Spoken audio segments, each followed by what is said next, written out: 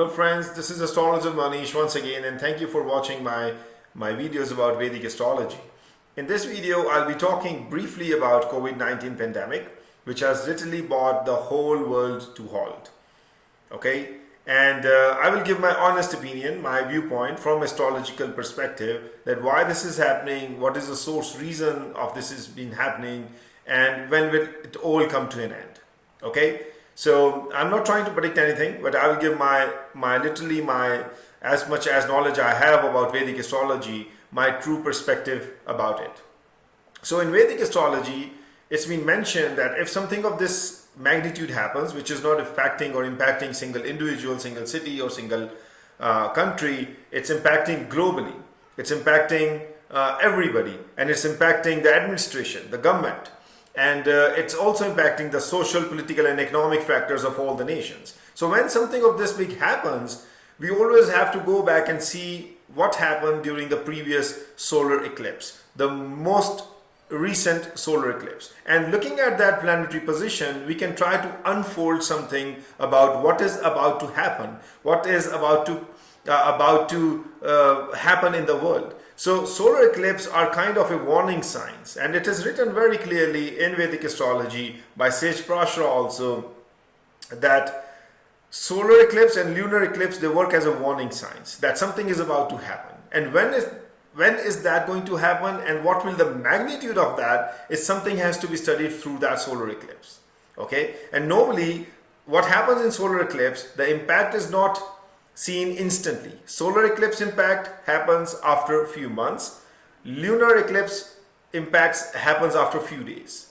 So solar eclipse is when the moon comes in between the path of sun and the earth. When earth receives no lights and no rays of the sun at that particular time, the conjunction when sun and moon are in the same degree, and moon is actually covering the sun. So we'll go into my software which I use for my research studies, and let's see what was the day and time when this solar eclipse, the recent solar eclipse happened, and what was the planetary position at that time. So I'll open my software here on your screen, and you can see I'm looking at this screen and talking to you. This screen is a bigger screen which I'm presenting right now, and you can see that my software here. And I won't be looking at this screen, I will be looking at this screen so that I can give you a better view. Okay, so in Jagannath Hora we have a mundane astrology here, and what I'll do is, you see this is chart, this is today's chart, March 28, 8:09 a.m. And I pick city as Delhi because a lot of my friends and family members from India, they ask me what is all going about and what is my prediction or my viewpoint on it. So I'm just looking at from Delhi's perspective right now, but it doesn't make any difference if you are a student of astrology and you are living in any other city, or you want to try and make a chart of any other city, results will be similar. So don't worry about that. So with me going to this chart, this is a current chart of March 28, 2020. And what I'm going to do is I'm going to go to the eclipse mode here and see when was the previous global solar eclipse happened, and I will take it as a maximum level, when the eclipse over at the maximum level, not at the start, and I click on this button. So if we read this information properly, we can actually dissect more, and we can actually get to know when the impact of this solar eclipse will be felt and what will be the total duration of that impact. So if you look carefully, the start of the totality of this eclipse begins at 9:04, and that end of totality happens at 12:30 p.m. Delhi time, 26 December 2019. So the difference of approximately 3.5 hours. So we can say from astrological perspective that the impact, whatever the impact this eclipse will have, will be felt largely after about 3 or 3.5 months of the day it happened. Okay, and then what will be the duration?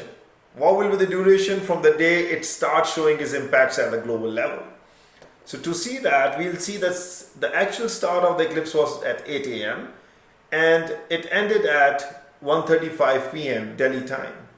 Okay, and these time can be a little bit vary according to the city what you what you put in the software to see and study the chart of that particular city or that particular nation, but it won't make much of the difference. It will be just a difference of the timing or the time zones where you are. So the start of the eclipse is 8 a.m. and the end is 1:35. So it's approximately 6.5 hours of difference when the whole eclipse lasted.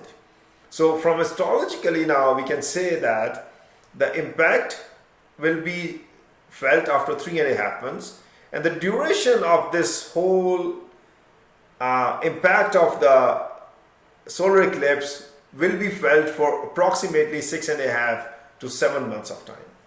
This is very interesting fact, and you can research on that. Read Prashara's books, Prashara's Laghu Prashari, or other books written by renowned astrologers or our sages, that this is how you understand the impact, when it will start and what will be the duration whenever the solar eclipse happens.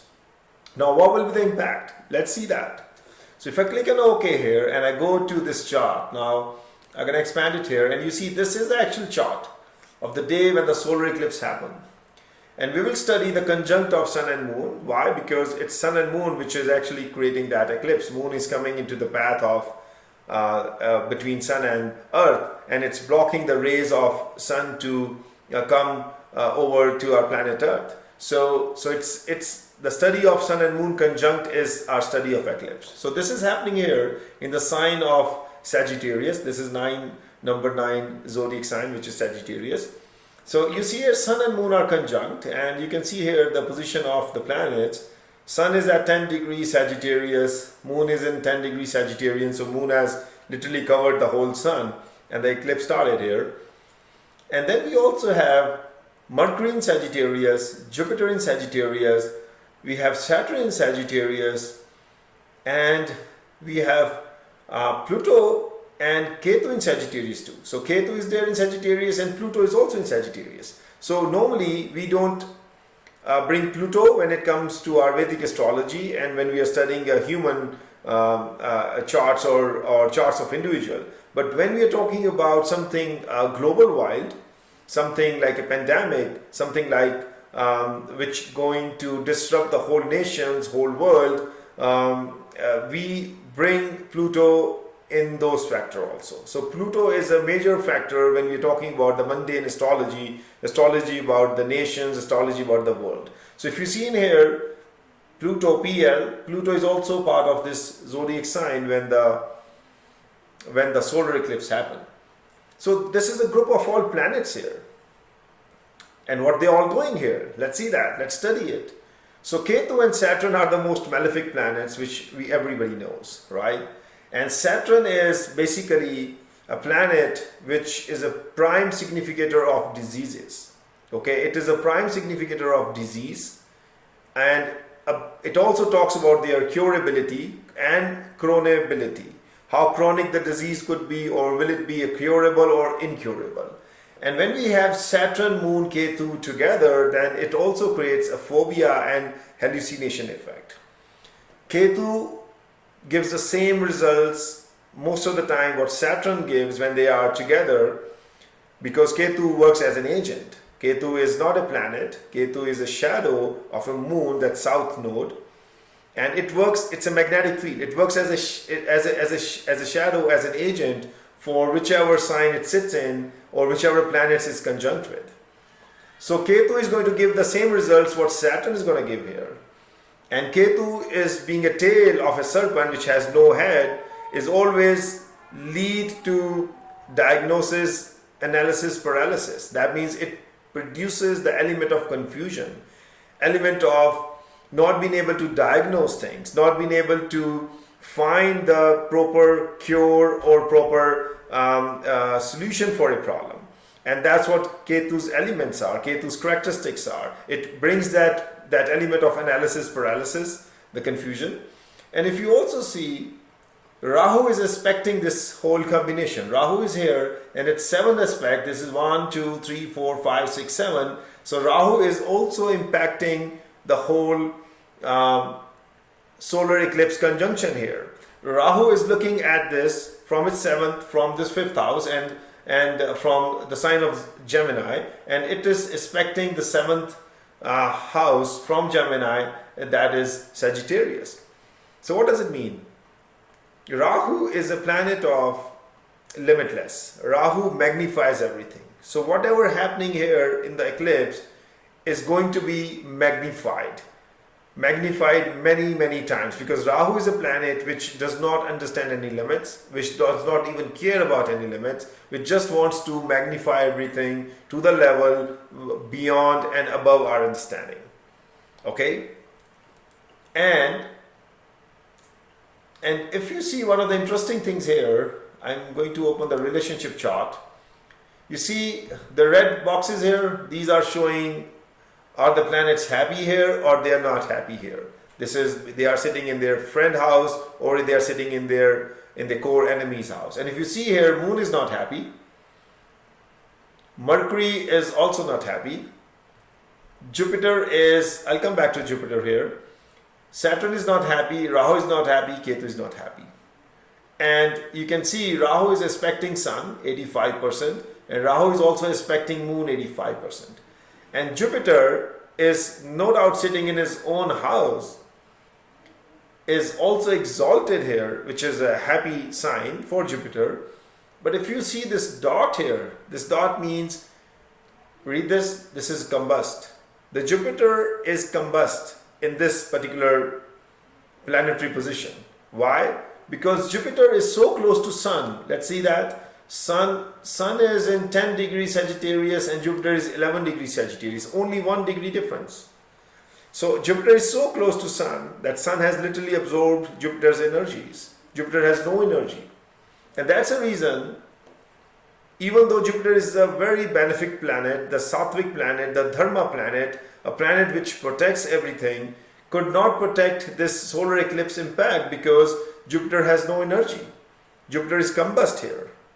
And what is Mercury doing here? Mercury is a good planet. Why is not Mercury helping us? Look at the Mercury's degree here, 1 degree Sagittarius. The planet which is 1 degree is considered to be in the infant stage. So the zodiac sign is 30 degree, and the planet, when they are passing through one zodiac sign, they cover their 30 degrees and then move to the another zodiac sign, and they start from again 0 degree and the new zodiac sign, and Mercury is here only 1 degree. So that means when the Mercury came from Scorpio to Sagittarius, Mercury lost his power, because Mercury is on the infant stage with only 1 degree power it has. It will not be able to override or protect anything here, because if you are an infant, you have no energy even to walk. How can you protect this combination, what is happening here? So in total, Ketu is bad, Saturn is bad, Rahu's aspect on these combination is bad, Sun and Moon are already in conjunct, is already in the eclipse phase, so they have no power, they are not doing anything here. Jupiter cannot help because Jupiter is combust, as I showed you, and Mercury is on the infant stage, 1 degree, it has no power to bring anything good here. Now what is Pluto doing here? So if you go and Google the characteristics of Pluto, you will understand that Pluto is the most destructive planet when it literally brings the force of its or energy of its own self. So Pluto is a master of diseases, is a master of destruction. And to my surprise, when I started looking at Pluto, Pluto also creates viruses and waste. And you can search it, you can Google it, my dear friends. Pluto is the one who is playing the havoc here. This planet is the one which is bringing the disease, the virus, the waste, and the death. And along with Saturn and Ketu and Rahu's aspect on it, the impact is being magnified. So Saturn is producing disease which will affect humans. That disease is coming from Pluto, which is creating that virus. And Pluto is also a planet which is underground, secret, and bring things which are under the covers, conspiracies, secret services, something which is hidden. Okay? So now you understand this. Pluto is bringing some conspiracy of a disease, of a virus, created by a secret services, maybe in the laboratories. Saturn is bringing it and giving it to the people, to the humans. Ketu is producing the ambiguity, the analysis paralysis of the diagnosis, and making the environment of confusion. And Rahu, expecting everything, is magnifying everything limitlessly. So this is how you read it, this combination. And if you come here and try to understand now what is the source of it, when this old chain will be broken, and who is the major planet which is actually inducing these impacts on human beings and on the people living on this planet Earth, and impacting the government organizations and the administration, because this is eclipse over the sun, and sun is administration, sun is government, sun is dynasty, sun is a father, and for our common people, our government is our father.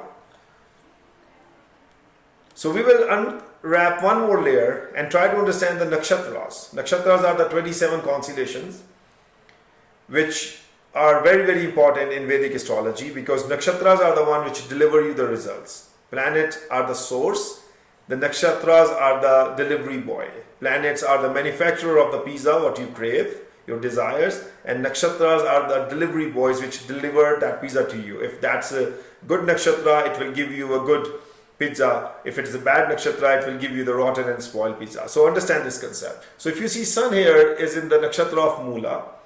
Mula is nakshatra ruled by Ketu. Moon is in the nakshatra of Mula. Mula is also ruled by, as I said, Mula is ruled by Ketu.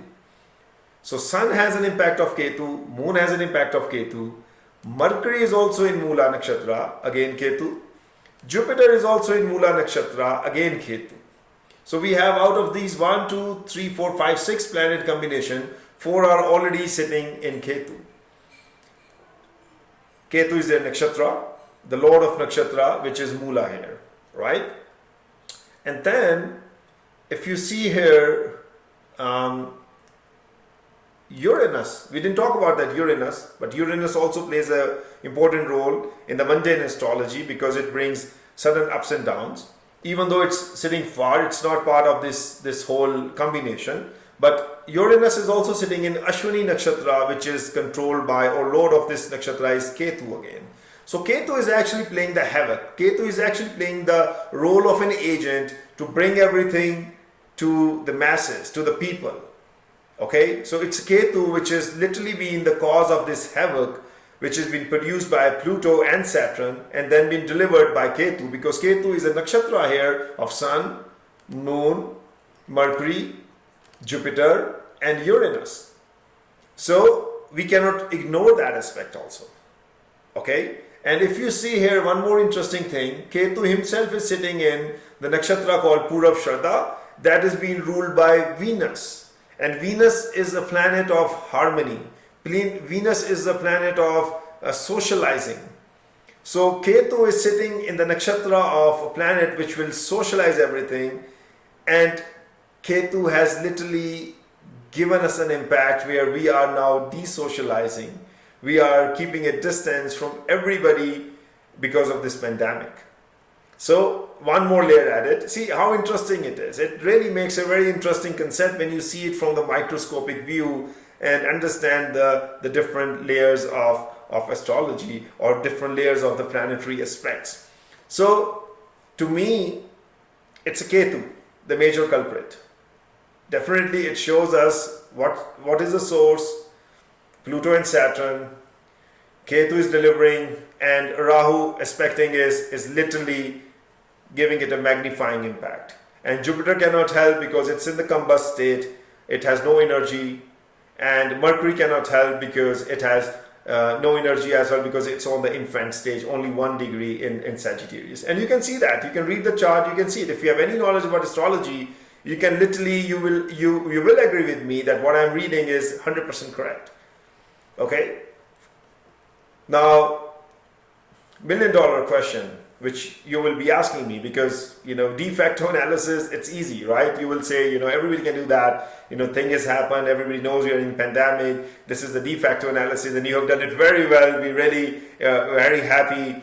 But what is the result? When is all going to end?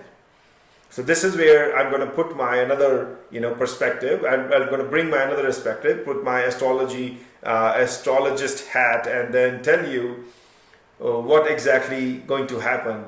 I already mentioned to you that the duration will be 7 months, 6 and 7 months time from the time it started. So let's say it started in March globally. I'm talking about globally, not in one particular nation.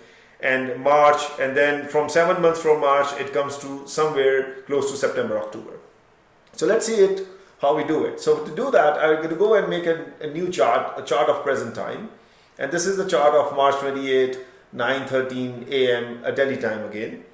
And you see sun is in Uttar Bhadra nakshatra right now, and moon is in Bharani nakshatra right now. So I give more preference to nakshatras because they are the delivery boys. So this is the current map of the heavens as we talk. So now, according to Sage Prashra, planet Jupiter is the most important and the benefic planet for humanity and for our planet Earth.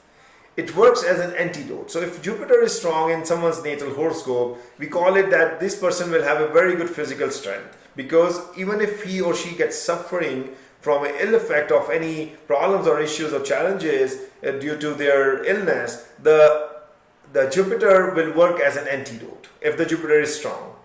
So, and even astronomically, you might have noticed that Jupiter is a very big planet. It has such a big magnetic fields and the gravitational force that any comets, any problems, any storms, solar storms coming towards our planet Earth are being absorbed by Jupiter.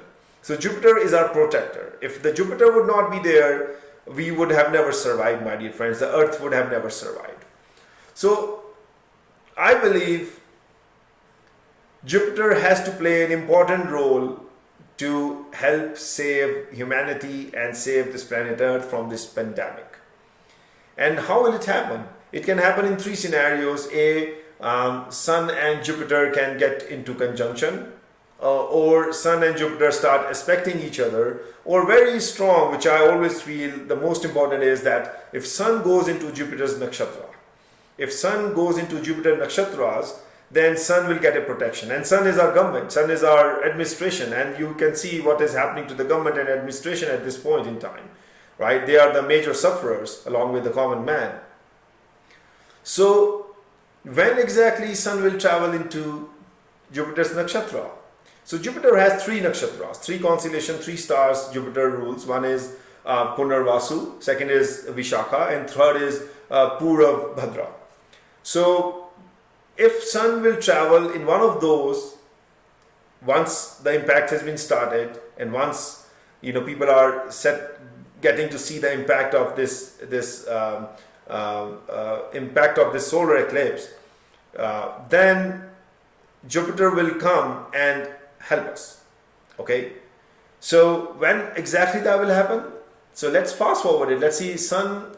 I'm going to use the same software here, Sun, and make it to nakshatra. Let's see when is Sun coming to the nakshatra of Punarvasu, let's say, or Vishakha. So I'm going to go fast forward here to see when Sun changes its nakshatra. Sun normally changes its nakshatra in 14 days. So if I go here, we see on March 31st, Sun will be in Revati nakshatra. No, it doesn't match our condition. And then on April 13th, Sun will be in Ashwini nakshatra. That doesn't match our condition. On April 27th, Sun will be in Bharani nakshatra. That also doesn't match our condition. And then 11th May, it will be in Kritika. 25th May, it will be in Rohini. June 7th, Sun will be in Mrigarisha nakshatra. And June 21, Ardra, no. July 5, yes. July 5, Punarvasu. So Punarvasu is ruled by Jupiter. And if we see Jupiter is in Uttar Shraddha nakshatra, which is ruled by Sun.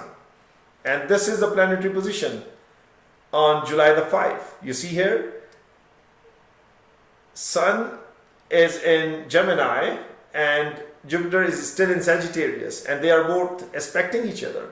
1, 2, 3, 4, 5, 6, 7, seventh aspect of Sun, and 1, 2, 3, 4, 5, 6, 7, seventh aspect of Jupiter. They are mutually aspecting each other, Sun and Jupiter. Jupiter is coming as a healer, as a protector to provide relief to government, to Sun, which has been eclipsed on 26th of December.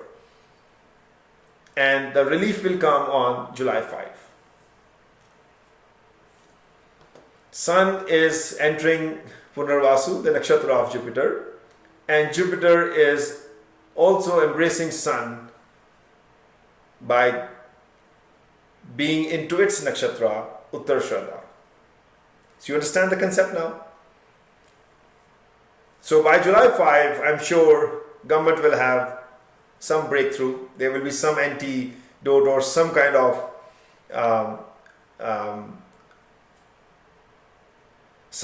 antidote or some kind of relief will be there during this time. But if you see Ketu here, Ketu is still in Mula Nakshatra. Ketu still have the power. The synergy of this virus is still continuing. The bond is not broken completely, 100%. So for that, I will look into the chart when actually Ketu is going out of its own nakshatra, because Ketu is a planet and Mula is its own nakshatra. So that means it has double the power. Planet, which is making that pizza, and the nakshatra, which is delivering that pizza, if both are one, then the power is more, right? Because they are ruling both the elements, right? So Ketu is in Ketu nakshatra, and if I move here and say when is Ketu actually moving out of this nakshatra after July 5th, and I press transit mode, you see Ketu will be in Jyeshtha nakshatra on September 23rd, 2020. So that is the exact time when this virus synergies and the bonds will be broken. Now if you go back, what I said earlier, that the duration of this virus will be 7 months, or the impact will be 7 months from the day it starts, and we calculate from March, it comes around September, October. And here it is. You see, Ketu will be out of its nakshatra Mula on 23rd of September and enter Jyeshtha nakshatra. The bond and the synergies will be broken. I hope it makes sense, friends.